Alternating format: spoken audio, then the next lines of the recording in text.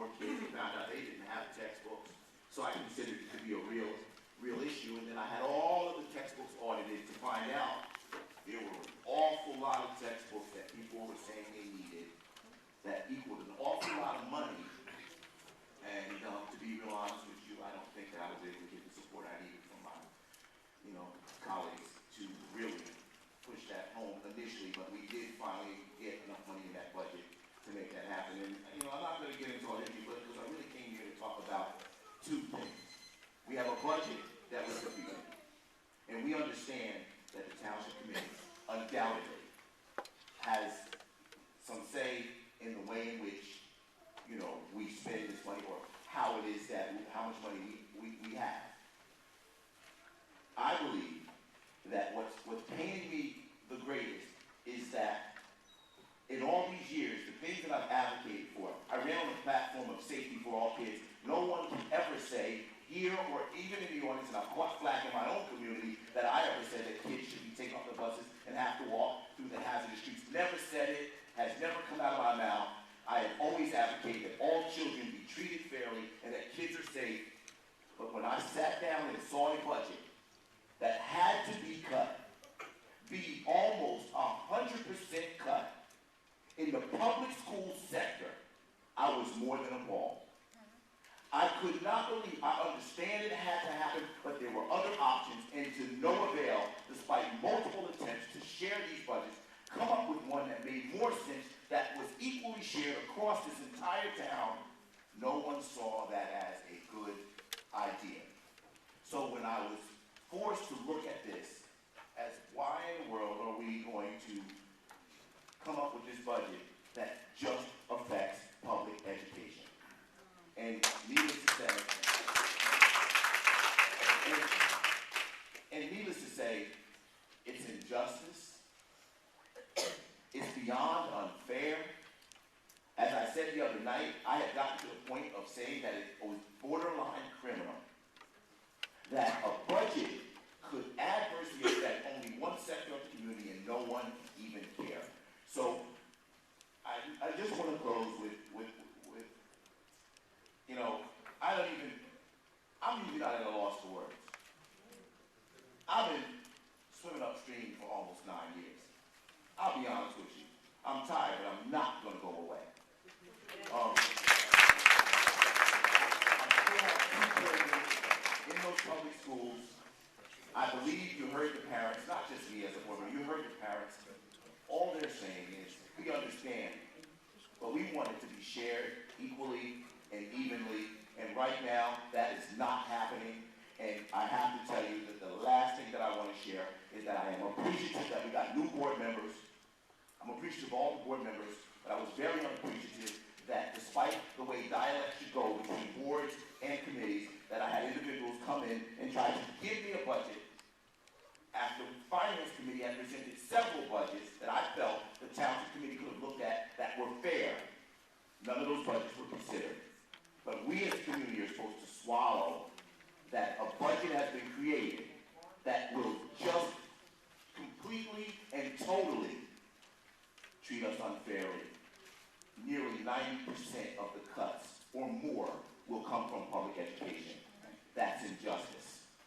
And the only thing I say is, I asked one of our friends how to say it, and I know that some believe in God and some don't.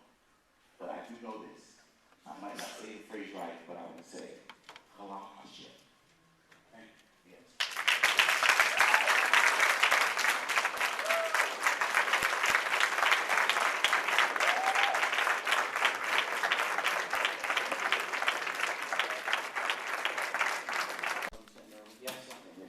In this economic climate, that's an atrocity. They were cut by the state, they could be cut back in the budget. You have to sit up here and hear people who are losing their homes. You had 87 foreclosures last month. You have to listen to people who can't have enough food. I listened to the food banks, who make a priority this year, give more to the food banks than ever before. They told us the people that gave last year online get this year. Senior citizens that are concerned by not having enough money to pay their taxes. People are hurting, township-wise, county-wise, statewide, and nationwide. And we listen to that. Comments from some of the school board members were, we're putting everything in, it's your problem. Thomas, you know that came from some of your board members. I believe that this township, had that budget been presented realistically, and not 11% increase, certainly would have taken another look at it. It went down 9-1. That's not even close. And by the way, in every town that I represent, the 13 towns I represent that have a big school budget, they are all laying off teachers and other presenters. Unfortunately, they're all cutting their budget. As a matter of fact, in the paper today, Township is cutting their budget, laying off 11 teachers and like that. It's a fact, a sad fact of the fact. I turned around, and in the last 10 years that we've had budget security, we've gone ahead and hired professionals costing the township anywhere from $30,000 to $50,000. We made numerous recommendations, cut your tax money, and came back with minimal cuts. Everyone agreed was fine.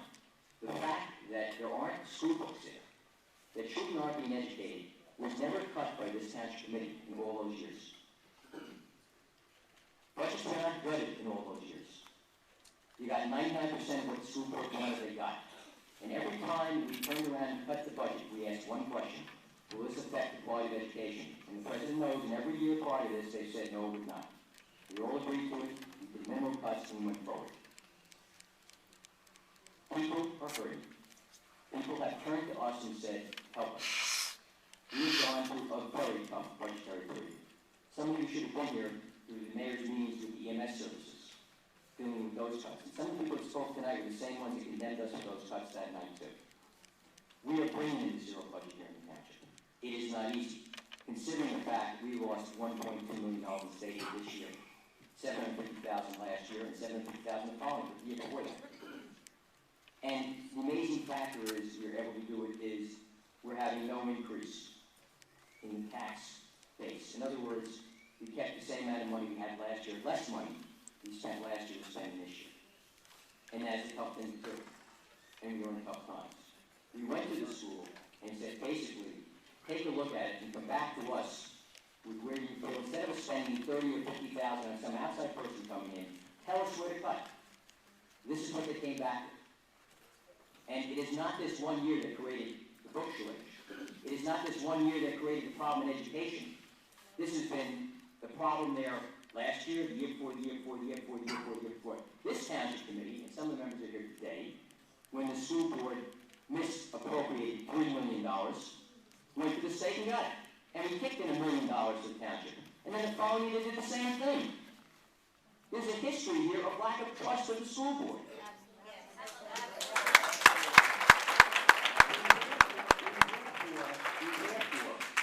Have a fiduciary responsibility to the taxpayers.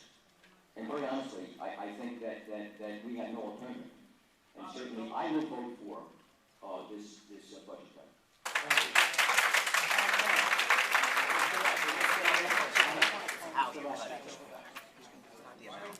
I want to thank you, Ray. There were a couple of times tonight that I wanted to jump out of my seat and just scream because of misinformation. And I remembered your advice when you told me when I took the middle chair. Steve, keep it under control, keep it calm, give it a chance. I don't think, and Pastor Wilson, I hear you, and what I told you 2 weeks ago, I stand on. And I believe that once we go through the list of cuts that the Township Committee is recommending, there should be nobody here who feels that any one section of this community is getting away with anything. First of all, if anyone wants to say anything that's unethical, I have to side with the senator here and say it was unethical for the Board of Education to put out an 11% tax increase on the voters and expect, with the political climate that's going on today in New Jersey, with the type of financial hurt that people have